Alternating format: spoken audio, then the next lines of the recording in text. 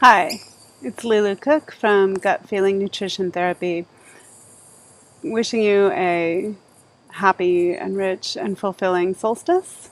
It's December 21st, so celebrating solstice. Winter solstice in the Northern Hemisphere, short days. Summer solstice down here in Australia, still short days. And it has me thinking a lot about how hard the holidays can be. You know, we're coming up to some of the major holidays of the year, and certainly, even if you're not Christian, don't celebrate Christmas, there's that feeling of the holidays and family time and all the bright lights, all the glamorous parties. And sometimes we don't feel that bright and glamorous inside. We have some really different experiences with what it can be like to go through this time of year. Certainly, many of us will feel lonely. We'll feel like we don't have that close-knit, loving family and that tribe that makes us feel at home and who we want to spend special time with. We might feel like total lushes, right? It's a time of the year where some of our more indulgent, more addictive behaviors can get more amplified. And as the pace of the season escalates and we're dashing around, we might be spending money on gifts and trying to fit in two festive occasions on the same day. Everything gets really amplified and fast, and our consumption can increase. You know, those sugary treats, all the alcohol, that can increase, and our space and capacity to take a deep breath and step back and spend a weekend detoxing, clear out the system, get back on balance. That can feel like the last thing on our list of priorities. So the pace is going faster and the consumption of things that are not supportive is going faster and more and more and more. And yet we might not have that sense of the support network around us, the friends and family. It can be a really trying time for some of us. Some of us feel fantastic. We love the holidays. We have these really bright, wonderful memories about them. And we're making those new memories right now. And, you know, for those of us who love them, that's beautiful. And I don't want to take away from that. But I just want to share that sometimes I don't love the holidays. It's the time of year it marks my mom's birthday, and she's not here. She died a few years ago, so kind of have some loss and grief and remembrances and regrets about that come up. And, you know, always that sense of wishing for things to be different, wishing the whole family was here together, wishing I hadn't drunk so much the night before, wishing I hadn't had nothing but cookies for dinner. All of these things we might wish for and want to have be different. I feel like this time of year it's so easy to get exhausted and overwhelmed and overcommitted and just over it all. And so I want to talk about some ways I work with that and offer them in case they're useful for you. And the one thing I really want to share is an invitation to just let yourself off the hook. Just stop. Let yourself off the hook for how the holidays are supposed to be and how you're meant to feel about them. Sometimes the very last thing that we feel is like we don't even want to have a merry gosh darn Christmas. Don't want to. So giving ourselves space to just be honest and feel that and not join in the merriment if we're not feeling it.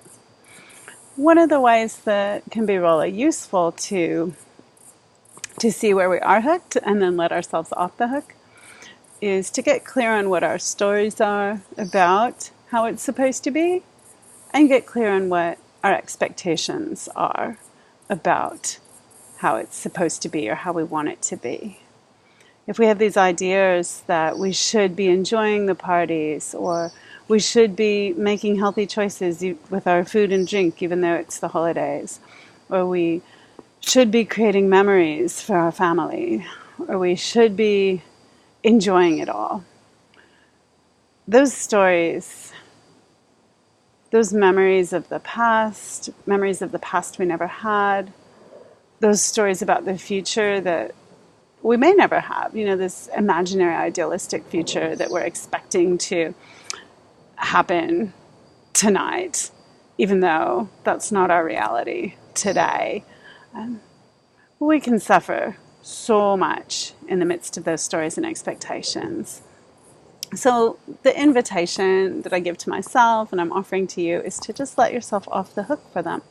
Once I see where those stories are for me, that I should be enjoying it and I should be really social and should be going to all the parties and loving that up, when I can see that story clearly, I start to have some choices about, is that the story I actually want? Am I interested in that? What I'm going to tell you here is I am not that interested in all the parties. So if I'm holding myself to the expectation and standard that I'm going to be, I'm going to be uncomfortable and it's not going to be fun for me. So seeing through that gives me space to make decisions. Which of these events do I actually want to go to? Which ones really feel important? And which ones can I pass on? Could I write a different story for myself? What would I like this holiday week to be like? There's not as much work pressure in some ways. People aren't reaching out and expecting that email back by end of day. The pressure's alleviated a little bit.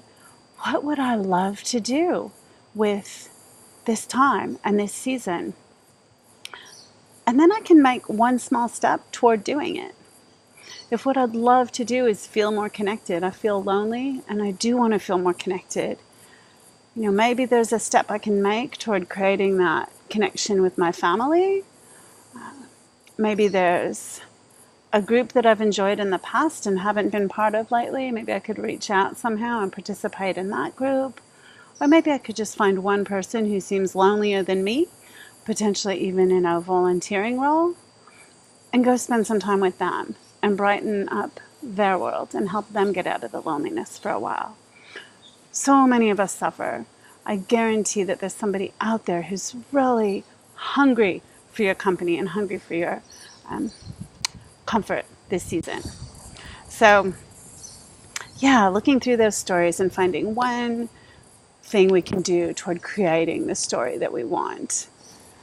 For me, what I'm doing, I'll tell you about it toward the end of this video, but we've got a fun kitchen project going in our household this week because that's what feels like the story I want to make this season. So the other part is lowering expectations. So along with investigating the story, it's getting really clear, what am I expecting of myself? Am I expecting myself to do all the things? Am I expecting myself to love doing it? Am I expecting you to come along and be cheery and merry and bright about all the things? Am I expecting myself or you to spend a certain amount of money on gifts? What are the expectations I have? For the communities I often work with, the people I often work with, those expectations often come down to our health behaviors and the idea that somehow I expect that this season I'm going to stay alcohol-free all December long. Or I expect that this season, despite the temptation of all the Christmas cookie swaps, and despite the fact that maybe I've been in the throes of food addiction all year long, but that heavy, heavy expectation that somehow I'm going to make it through Christmas without binging once. I don't want to take away from the people who are able to achieve those goals and stay really clear and really strong with those commitments to abstinence from different substances, sugar, alcohol, what have you. Some people are able to do that, and that's awesome. Cheering you on. Others of us are going to really struggle, and we're going to know we're going to that Christmas cookie swap with all of our girlfriends this afternoon and trying to tell ourselves, oh, I'm not going to have any cookies because I'm going sugar-free. And then, that switch flips and we end up hovering around the buffet table, hoping nobody sees how many cookies we're eating. Nobody sees the cookies we're actually tucking into our handbag to eat in the bathroom. And just feeling crap about ourselves with this huge expectation set up that we weren't going to do it. And here we are doing it full on. There can be so much crushing disappointment. And rather than feeling the sense of connection with the community, the sense of delight at, oh, these, tasty holiday treats, it can just be absolutely crushing. So I want to invite us to lower the expectation. For those of us who are struggling with addictions right now, if we know, we just know we are not ready. We're not actually going to give up alcohol today and then go to that party tonight. We drank every day for the past year. We know we should quit. We want to quit. And we know we're not going to quit today. So inviting us to let go of that expectation that we just used to beat ourselves up. And to say, hey, I'm actually not going to quit today. I can just be real with myself about that. And that doesn't mean that I have to beat myself up. In fact, because I'm letting go of that expectation, I'm free to not beat myself up about it and to maybe choose one small step I can take to move toward my healthier path, my healthier goal. So with both the sugar and the alcohol, an example of one small step that is powerful would be, if I know I'm going to that event tonight and I know I'll be tempted by the food, by the drinks, and I pretty much know I'm going to give in to the temptation. A miracle might happen, I might do it, but pretty much I know I'm going to give in. Let me begin the evening with a protein, fat, and fiber snack, right? Something really balanced and healthy in my stomach, and a big glass of water. And then I'm going to let myself off the hook, and I know I'm still going to eat the bûche de Noël. I'm still going to knock back I don't even know what people drink for alcohol for Christmas parties. The eggnog and rum. I know I'm going to still knock back plenty of that, but I've begun the evening with this one small step, a protein, fat, fiber snack, and a glass of water. And that's going to help my body and my mind not be as impacted by the substances, help me stay a little bit more on balance, and certainly help me know I'm taking steps toward learning to take care of myself better, even in the midst of temptation, even in the midst of this silly season. I can still be proactive about these simple, small steps. And all of this sets us up to feel better tomorrow, better on a holiday morning, better as we move into the new year.